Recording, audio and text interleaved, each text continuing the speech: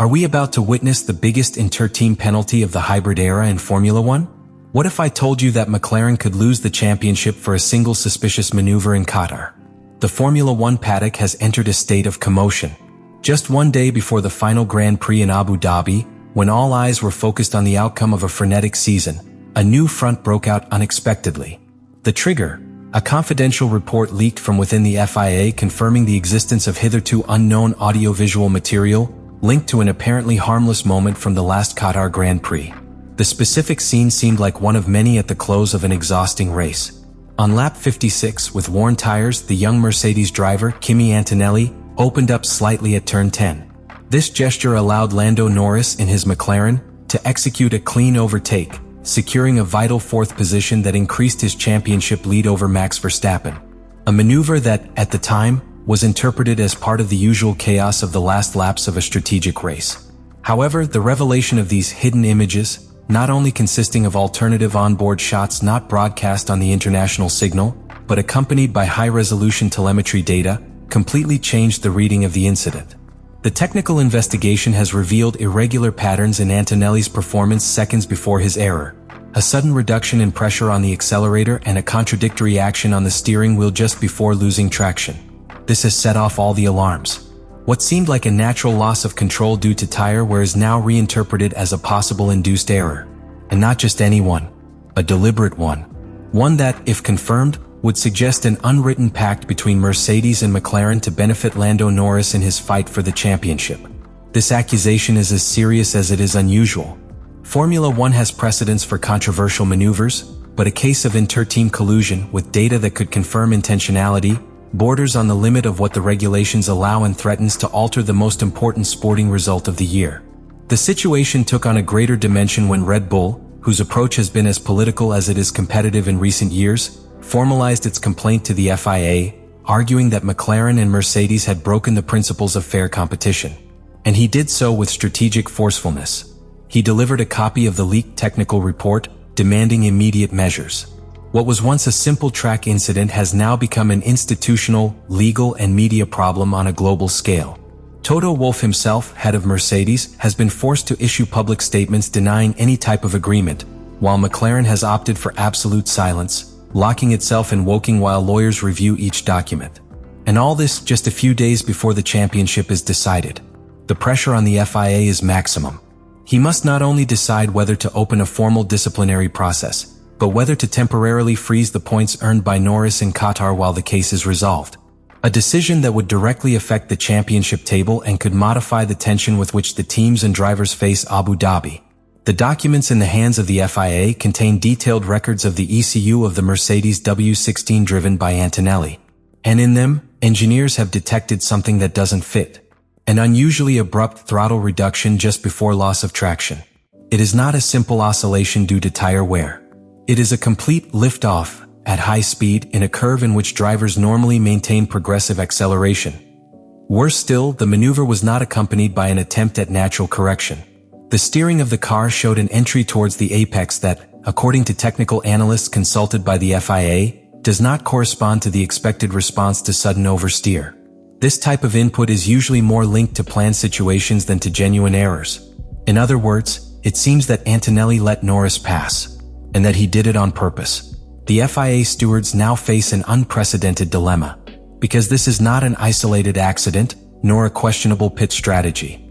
It is a movement on the track with direct implications on the driver's championship. Norris, thanks to that overtake, added 2 vital points that put him at the top of the championship by just 2 points over Verstappen. Without that maneuver, the story would be different. At this point, the risk for McLaren is not just losing a position, it's losing everything. If the FIA determines that there was unlawful collaboration, the minimum sanction would be the loss of the points obtained in Qatar. But there are much more drastic scenarios on the table. From retroactive exclusion from the Grand Prix to total disqualification of the team if organized institutional action is proven. In parallel, Red Bull has hired legal experts specialized in international sports law to pressure the FIA and ensure that the case is not filed under criteria of subjective interpretation. Their objective is clear: to reverse Norris' advantage through regulation, something that could give them the crown without having to win it on the track. McLaren's position is delicate, not only because of the technical file, but because of the reputational implications. This team has just become the Constructors' Champion in 2024 and seeks to establish itself as the new reference in the category after years of reconstruction. But a sanction of this caliber would not only stain his title, but would call into question his legitimacy as an ethical contender. Andrea Stella, the team principal, has ordered an internal review of all communication records between McLaren and Mercedes during the Qatar race. Any evidence is sought to demonstrate that the overtaking was accidental, not agreed upon. But even if no direct evidence of contact between teams is found, the technical pattern of the maneuver remains difficult to justify without raising suspicion. In this environment, each public statement becomes another piece of the puzzle. Mercedes boss Toto Wolff insists that Antonelli acted on instinct, affected by the extreme wear of the tires and the turbulence of the dirty air generated by the McLaren. But telemetry, the one that never lies, continues to point in another direction. And while all this is happening, time is ticking. Abu Dhabi is just around the corner. And the FIA must decide whether to act before the final race or allow the championship to be decided on the track under a cloud of suspicion. One thing is certain. The stakes transcend the outcome of a single season. What is at stake is the very credibility of Formula One as a competitive sport. Lando Norris, for his part, has chosen silence. He has not responded to direct questions about his relationship with Antonelli or about suspicions of collusion with Mercedes. Nor has he openly defended the legitimacy of his advancement. He has been seen less active on social media and visibly tense at public events after Qatar. His body language no longer conveys the leader's confidence, but rather the defendant's discomfort. Piastri, on the other hand, has begun to gain sympathy in sectors of the paddock that see him as the victim of an unbalanced structure. Some journalists have begun to speculate whether his entourage would already be exploring contractual options for 2026, given a possible irreversible deterioration in his relationship with McLaren.